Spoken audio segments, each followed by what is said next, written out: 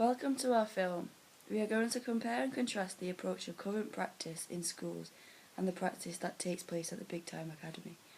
We are going to use practical, theoretical and academic evidence to support our findings. The current practice in school is formalised drill-based learning. Drills are well-structured, repetitive, disciplined activities that aim to improve or perfect the participant's performance of a specific skill. Information processing theories genuinely support this type of learning, with specific examples being schema theory, open loop theory and closed loop theory. These will be explained later. This first drill is a shooting drill. The player with the ball passes into a coach in the middle of the goal. They then dish the ball out to the left or right, and the shooting player will then aim to score between the two green cones either side of the goal. These cones are there to try and get the players to shoot into a smaller area where the goalkeeper finds it hard to reach. This next drill is a passing drill. The players try and pass to their partner either side of a goal of cones. The cones are there to get the players to pass far enough. You can have these cones far or short apart. Finally, drill is a passing drill where the working player in the middle passes the ball out to a partner using one touch and tries to pass accurately. As the participants are performing the drills, you can see here that they are retaining the information of the skill that they are repetitively practicing. This is known as the grooving in movement. This information is retained in the central nervous system as a motor program. Retention is a key process of remembering the skill learned from the drills. Retention is the learning and remembering of a skill. By practicing these skills multiple times, a time will come when the skill enters the autonomous phase of the motor development. As explained in the fifth stage theory of motor learning, the autonomous stage is where the performer can carry out the skill with very few errors whilst multitasking. At this stage, the movement is almost automatic, as if controlled by the person's subconscious. A footballing example is when a player is dribbling. If they are at the cognitive stage, they will be looking at the ball, performing with a little control of the ball and many errors. The autonomous stage, they will be able to perform the skill without looking at the ball and watching the play around them to think about what their next move could be. Those are the current form of practice in the school. However, there are many disadvantages to this form of learning. One reason is that it's often tedious.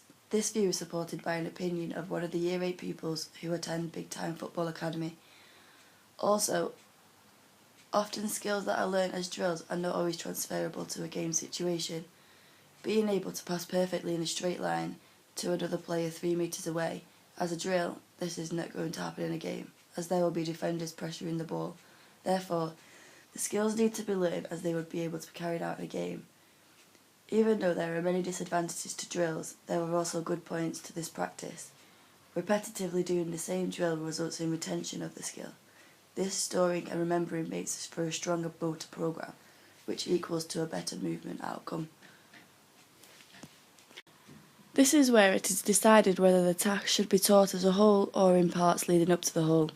The task should be looked at the view of can the learner do the task straight away, or will they be best to learn in parts, as it could be too complex for them. This means that the task itself is then broken down into subtasks. If the task is too complex, then they should learn in parts. If it isn't, then it can be learned as a whole. A motor program is often referred to as a computer metaphor for human performance.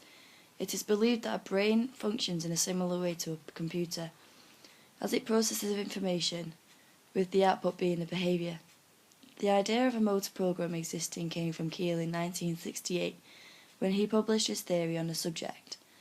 A motor program is a movement of commands that are stored in the long-term memory. They are used to instruct the body on how to perform the skill. These movements are stored in a central nervous system. Some researchers believe that being able to execute movements at different levels of efficiency depends on the key variables, such as reaction timing. As new theories have been put forward, the idea of a motor program has been challenged. Storage space has been an issue raised. If there are new motor programs for each movement, then it is extremely questionable of how there is enough space. It also raises the question of how the recall speed can be fast if there are so many different motor programs stored.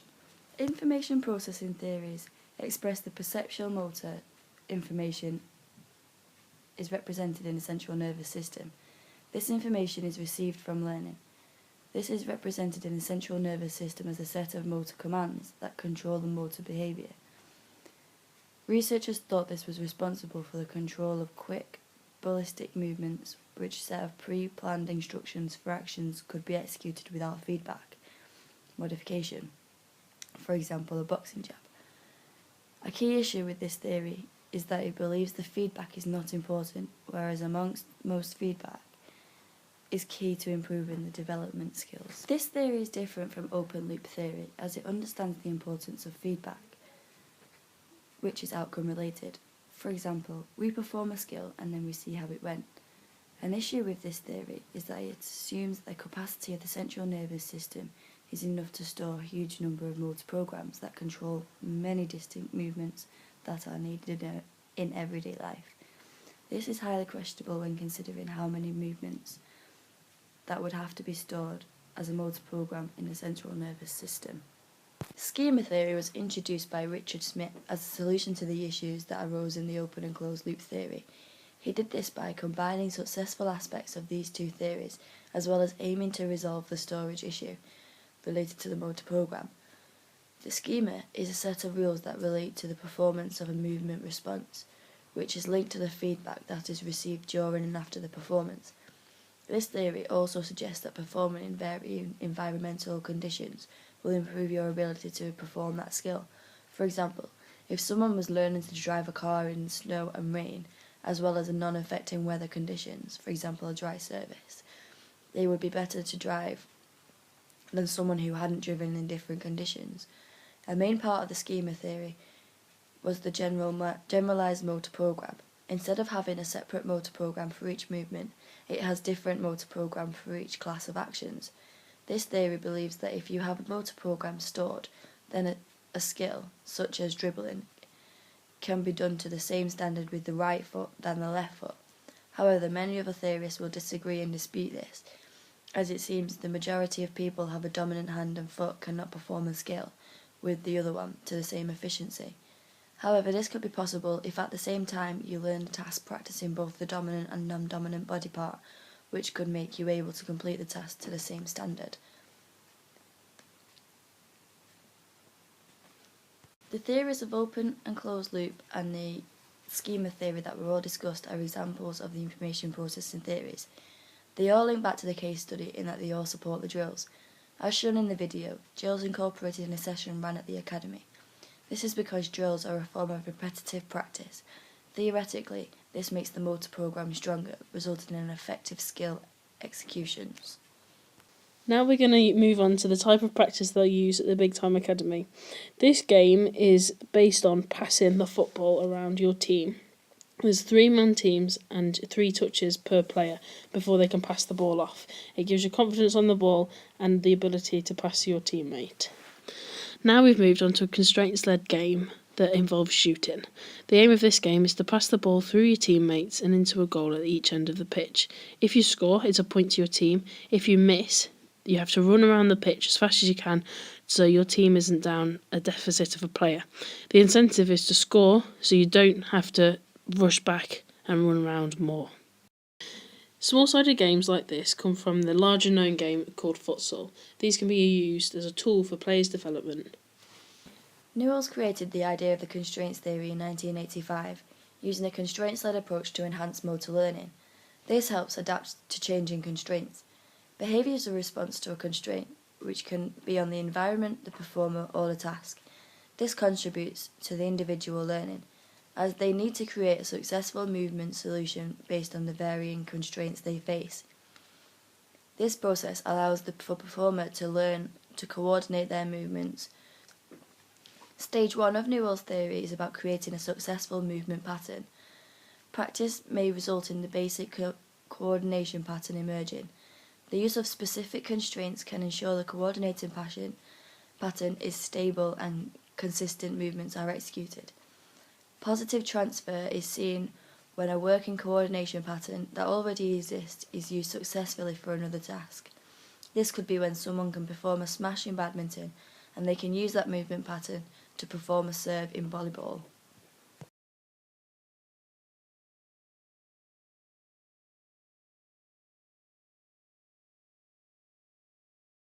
Stage 2 of the constraints theory relates to the transferability of the coordination structure that's already been established.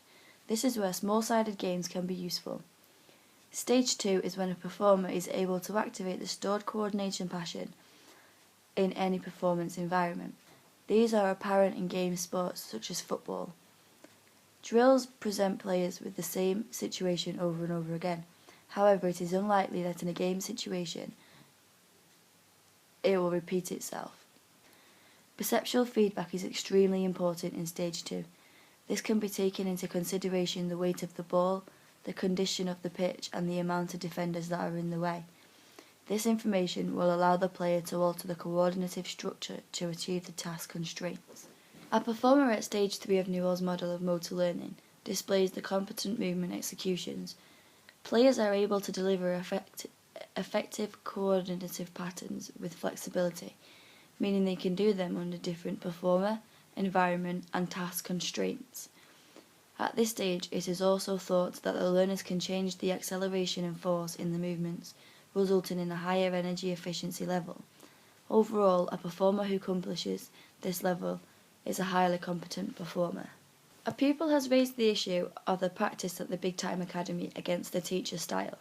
She states that she has improved and found it more fun.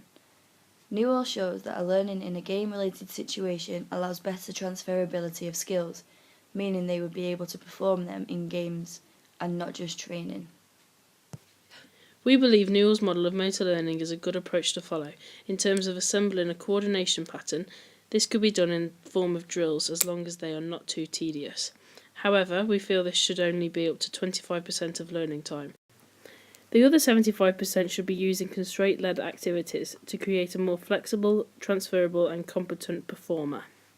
This concludes our video. Here is a list of further reading you may find relevant. We hope you found this useful.